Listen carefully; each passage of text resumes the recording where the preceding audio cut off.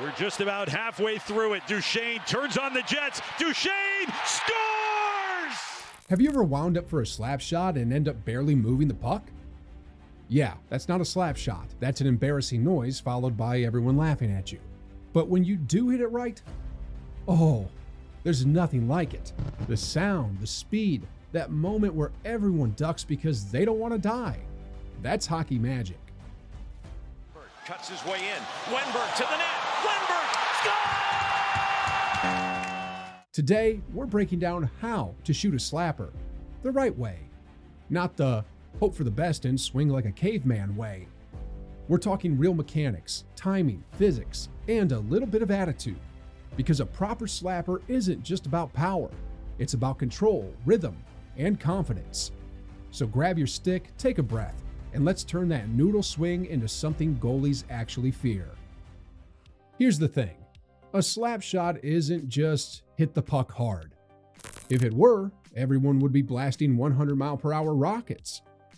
What separates a real slapper from a desperate swing is technique. You're not just hitting, you're loading the stick. You're using your body like a spring, storing power, then releasing it in one fluid motion. Think less angry swing, more controlled explosion. It's all about timing. Hit too early, and you chip the ice. Too late, and you'll whiff it like a slow-pitch softball. The goal is to turn your entire body into a machine that transfers energy through the stick into the puck. Sounds complicated, but once you feel it, you'll never forget it. All right, let's start from the ground up, literally. Feet about shoulder width apart, knees bent, athletic stance, like you're waiting to steal a base, not like you're standing in line at Starbucks. Now, the puck. It should sit about 2 to 3 feet in front of you, just behind your front skate. If it's too close, you'll slice under it. Too far, and you'll hit it off balance. Your bottom hand slides down the shaft, 2 glove lengths below your normal grip. That's your leverage zone. You're turning your stick into a springboard. It's one of those details most players overlook, then wonder why their shots look like a slow pass to the corner. If your stance feels awkward, good. That's how it's supposed to start. Comfort comes later. Now let's talk about how to actually use that stance. This is where we turn from setup to violence. Controlled, technical violence. The slap shot has 4 parts, and they've got to blend like one smooth dance move. Miss a beat, and it's over. This is your moment of drama. The crowd knows what's coming. You know what's coming. The goalie's praying. By the right shoulder of Jeff Glass, and the Jets have life late in the third. Lift that stick to about shoulder height, maybe higher if you've got the time. Keep your arms straight, no bent elbows. This isn't a bicep curl. Your weight should shift to your back leg as you coil up. And please, don't telegraph it too long. This isn't the 1980s. You've got about a half a second before someone dives in front of you or steals your lunch money. The trick is rhythm. Back, load, explode. If you do it right, your stick almost feels like it wants to shoot for you. Here's where the science kicks in. Most beginners try to hit the puck directly. Gages, Monahan reads this, and this is a short side shot by Mark Giordano that we've seen, but you can see the look by Ryan Miller that he feels he should have had this one. Wrong. You actually hit the ice before the puck, 2 to 5 inches behind it. That's how you flex the stick, like pulling back a bow. The stick bends, stores that power, and then boom!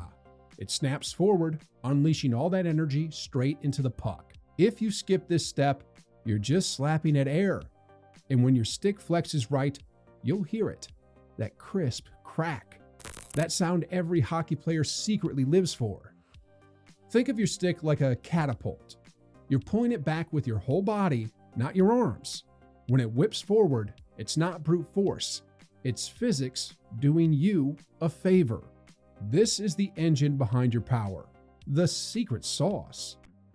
Once the stick hits the ice, your body starts driving forward. Weight shifts from your back leg to your front. Your hips open up toward the target. Your shoulders follow. It's all connected, a chain reaction. If you're just using your arms, congrats, you've got a 40-mile-per-hour shot. If you use your legs and hips, Now you're flirting with 90 plus. Ever notice how the best shooters look effortless? That's why.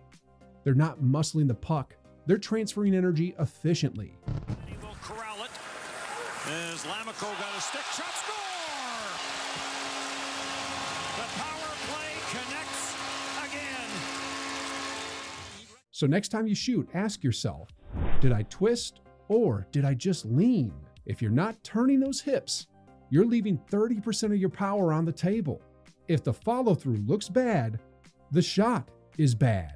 Where your stick finishes determines where the puck goes. Blade high, shot high. Blade low, shot low. Simple physics. Drive your shoulders forward, point your blade where you want the puck to go, and fully extend. Don't stop short.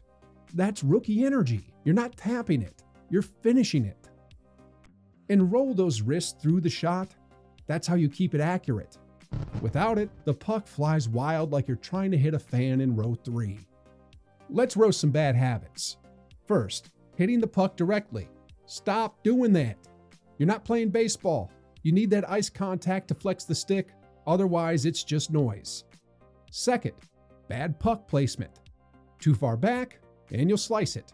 Too far forward, and you'll lose all leverage. Third, straight legs. If your knees aren't bent, you've got no drive. All your power lives in your legs and core. Arms are just the delivery system. Fourth, stopping your follow-through. If your stick doesn't end up pointing at the net, you bailed too early. Finish it like you mean it. And finally, hand placement. If your hands are too close together, you lose torque. That's like trying to open a jar with your thumbs touching. So yeah, next time your slapper looks weak, don't blame the stick, blame your stance. We're just about halfway through it. Duchesne turns on the Jets. Duchesne scores! Ah, the holy grail, the one-timer. The shot that separates the pretenders from the psychopaths. This is where the puck never even stops moving. You're timing your swing to meet the pass mid-flight, like hitting a fastball while wearing skates. The goal? Catch the goalie before he knows what happened. You've got to read the play, know where the pass is coming from, where it's going, and how to line up your body. There's no room for hesitation. You either nail it or look ridiculous. Ovechkin turned this into an art form. He's basically the poster boy for don't blink or it's in the net. His one-timer from the left circle should honestly be a horror movie for goalies. The angle matters too. The sharper the pass, the harder the redirect. You're combining two energies, the puck's momentum and your swing. Get that timing right, and the puck explodes off the blade like it's rocket assisted. Mess it up though? Congratulations, you've got yourself a highlight reel for the wrong reasons. Here's where the nerd stuff meets hockey glory. Your stick isn't just a stick, it's a launch system. Modern carbon fiber sticks can handle up to 2,000 pounds of pressure. That's why they bend like crazy and still don't snap. Well, sometimes they do. We'll get to that.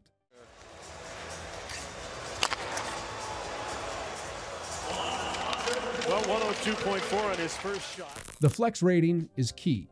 Softer flex equals more bend equals more stored energy. But too soft and you lose control.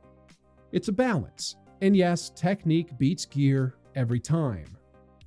You could hand Chara a broomstick, and he'd still hit harder than 90% of players with a $400 twig.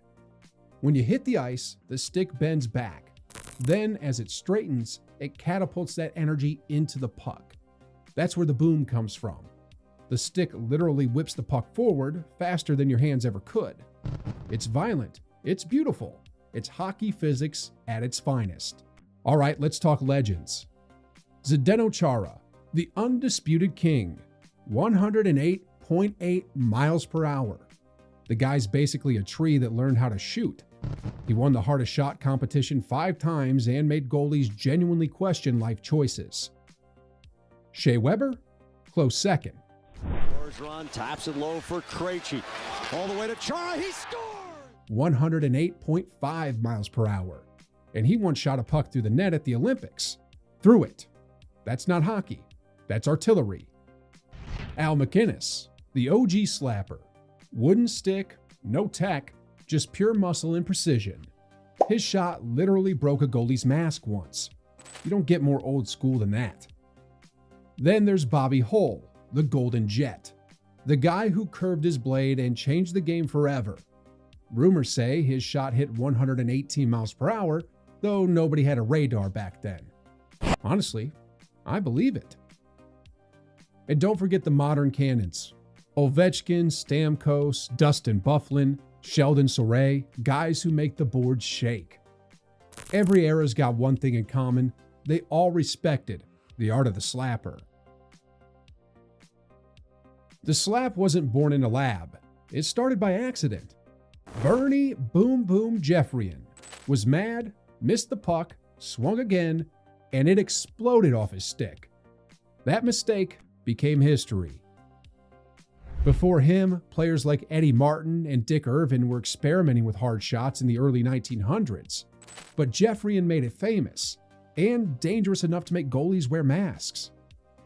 The first recorded slap shot in a real game? 1937, Alex Shibicki. Think about that. This move is older than color TV. Over time, the slapper became the power move. The sound alone would make crowds jump. It was the hockey version of a dunk. But like all legends, times change. You've probably noticed nobody winding up from the blue line like they used to. The slapper's becoming a lost art. The game's just faster now. You don't have time for a big wind-up when a defender's already diving at your ankles. Guys prefer quick wrist shots. Faster, more accurate, more deceptive. Goalies' equipment, better too. They square up faster, take away the angles, and block those bombs like it's nothing. And let's be honest, blocking a slap shot hurts, but players today do it anyway. 10 years ago, you'd get a medal for that. Now, it's just another Tuesday.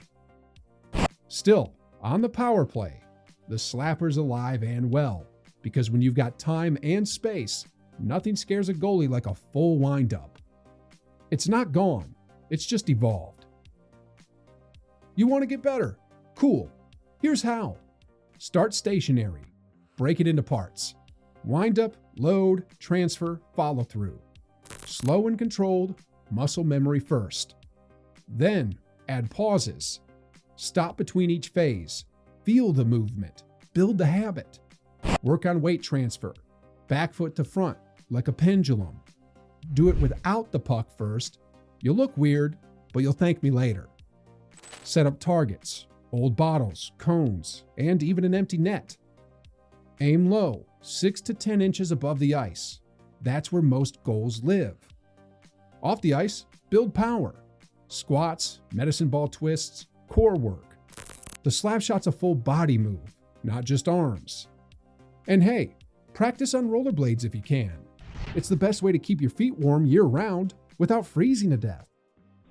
The slap shot might not be as common as it used to be, but man, when it hits, it's still the most beautiful sound in hockey. The crack of a stick on ice, the puck screaming through the air, the crowd reacting before it even hits the net. That's the stuff we grew up dreaming about. So yeah, learn it, master it, respect it. Because every time you wind up for a slapper, you're carrying a little piece of hockey history with you. And if you hit it right, you'll know. You won't need a radar gun. You'll hear it. And so will everyone else in the rink.